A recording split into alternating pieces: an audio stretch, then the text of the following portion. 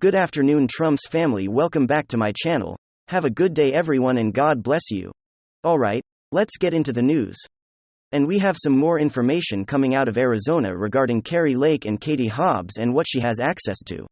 And well, she was given access to the mail-in ballots, which is a big thing that they wanted to get their hands on to really examine these things, because we know there was a lot of stuff that took place with the Maricopa County Election Board office, and how they handled those elections and how they handled the mail into how they handled the machines going down on election day, and everything to the ballots that being printed out correctly, when not enough toner and things like that.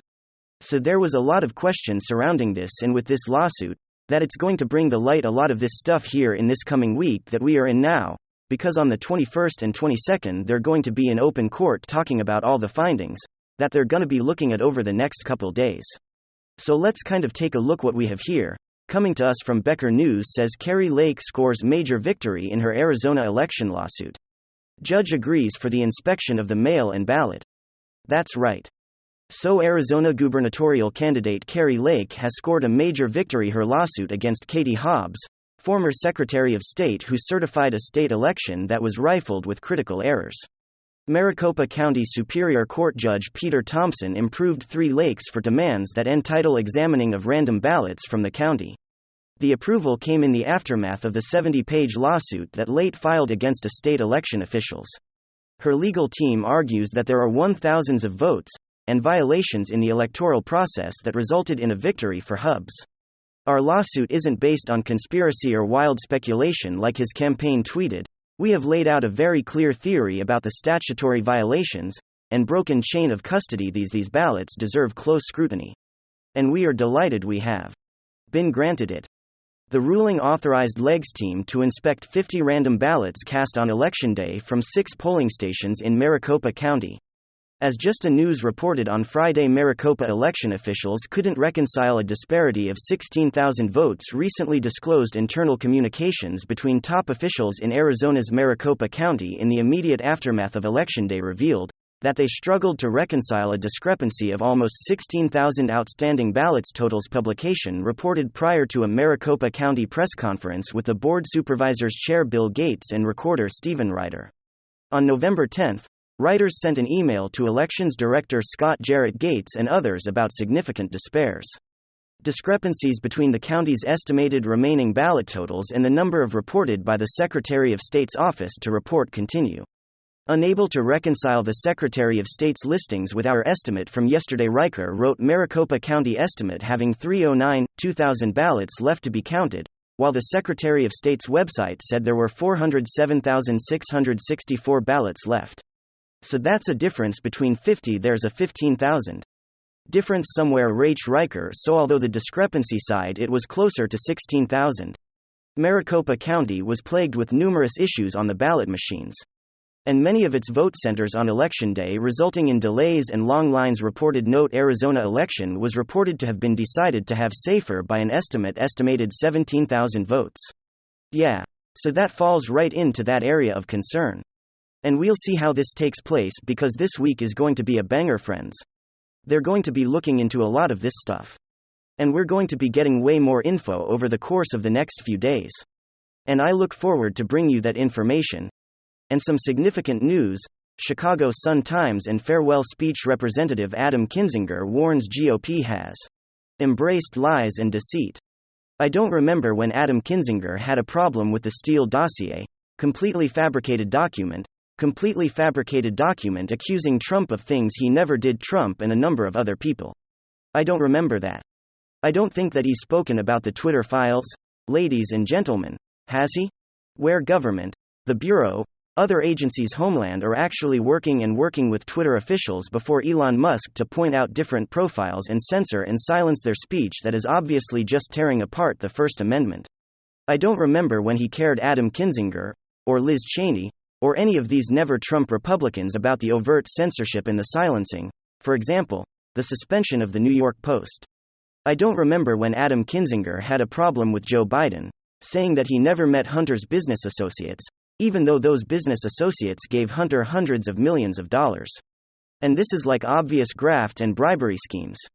And Hunter said, "Oh gee, I don't know if could be my laptop, I don't know." And it was his laptop the whole time. And 50+ intelligence officials said it could have been a plot by another country yet again, to let you know how bad Democrats are, thus influencing you to vote for Trump. So Kinzinger voted alongside Trump over 90% of the time in Congress, according to 538. He doesn't care about lies or deceit. Here, Adam Kinzinger slams fellow Republicans' farewell speech, "We shelter the ignorance and the prejudice." He voted for Trump 2 years ago. He voted alongside Trump in Congress over 90% of the time. What he is saying is, I want a book deal, I want to be accepted by polite society. I want another job in Washington since I can't get a job as a Republican. He's not doing it for principle. Okay. On a, microscopic scale. When I went from Bernie Sanders to Trump, that was out of principle. Bernie Sanders was opposing the Lincoln Project foreign policy back in the day. Now he votes alongside the Bush, Cheney and Rumsfeld people. I did not want never-ending military involvement. I didn't want the Democratic Party and traditional Republican Party foreign policy. I wanted a complete change. I thought Bernie Sanders would give that shape. Well, he's just part of that entire corrupt system. Trump did reversed U.S. foreign policy, with the Doha Agreement that Biden completely botched. Abraham Accords. First president has stepped foot in North Korea, first president in a long time not to have actually started a military endeavor. And so the thing is, if you want a less hawkish, less militant foreign policy, even Democrats can see it's Trump. They don't care. They don't care. So that's how there's this absurd notion that I went from Bernie for a second by Bernie for Bernie to Trump, because I wanted money. No, it's less lucrative. If I was anti-Trump derangement syndrome person and could just repeat CNN and MSNBC, and the New York Times, the Washington Post and everything on Twitter, you could have 500,000 to 600,000 subs right now this channel, but I've been going up against the grain. Kinzinger doesn't want to. And then in terms of economic policy, we have record low poverty and the Trump what's there not to like media meltdown. That's another story. They live through their teeth. Kinzinger and Cheney voted alongside Trump 90% of the time. If I was in Congress, I wouldn't vote with Democrats 90% of the time, and then say, oh my goodness, act like Kinzinger and Cheney. I don't like the Democratic Party. Well, then why did you vote for them 90+% of the time? If he didn't like Republicans or the Trump Republicans, why did Cheney and Kinzinger vote alongside Trump over 90% of the time? What makes Trump so extreme? Mean that Kinzinger after 4 years of Trump would still vote for him, 2 years in 2020 would still vote for him and vote alongside him almost 100% of the time in Congress? There is no value system that this man has. It's a complete beyond grift. It's just let's go ahead and be accepted by society, but polite. You don't want to be accepted by polite society.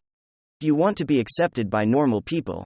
People who care about families and life and don't want to disown you because of a political viewpoint.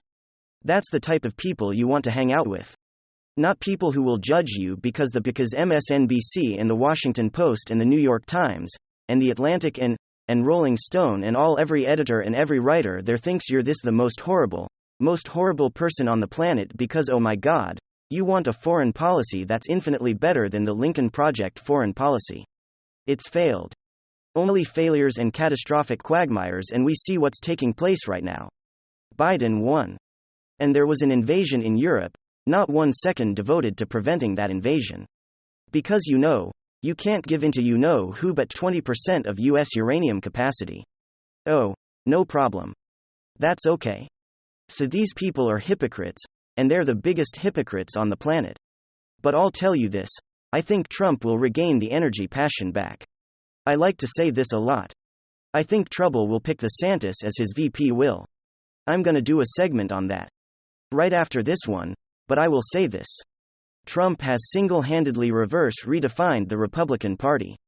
It is a populist political party. Populism is much better than what we've had the past 20, 30, 40, 50 years. In terms of the way Trump has done it, not in terms of the way media has redefined it or categorized Trump's populism. Record low poverty. Look at the examples. You see these imbeciles on the left saying, oh, yeah, Trump abandoned the working class. No, he didn't. We had record low poverty, imbecile. We had record low poverty in 2019. And we had hundreds of thousands of new manufacturing jobs. Okay. And unions wanted tariffs against the world's most populous country, and Trump imposed those tariffs, which is what unions wanted. There are unions in Europe that wanted the same thing throughout the world because of unfair trade practices. And so we had record low poverty, we had record highs in household median income, we didn't have inflation through the roof. We didn't have inflation through the roof. And so we have inflation now still at over 7%. It was 2% when Trump left and it was 2% in 2019. So don't blame his last year in office. Markets continuing to go down. I told everyone he would crash. The Nasdaq is down 30%. The Dow is down around 10, but not as bad. I told everyone crypto would crash. It will get to below 10,000. Unfortunately, I said Clinton would lose back in the day. I've been right about everything. No, but I'm telling you. If Trump regains his electricity like that energy, if he makes some kind of peace, he has to either DeSantis or Trump have to create some kind of alliance or union or détente between the Georgia and Arizona Republican parties. If you do not create some kind of give some kind of olive branch to the Georgia and Arizona Republican parties. It ain't gonna work out for a number of reasons. And so there has to be some kind of, he's taken a bulldozer, a sledgehammer, a baseball bat. He has completely reshaped the Republican Party.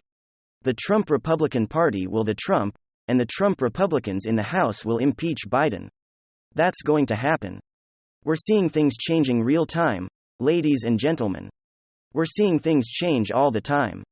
And what he's doing it's just fantastic. He has to step it up.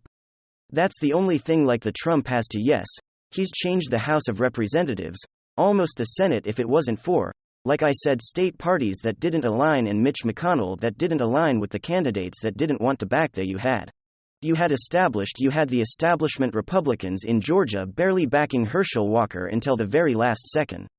You can't have that. And there has to be a way to build that kind of a life because Democrats don't deal with that. Fetterman and Biden, if they couldn't even pass a sobriety test, okay, and then they talk about candidate quality. That's what I got for you guys. Hopefully you enjoyed it. If you did, make sure to leave a like and possibly subscribe to the channel.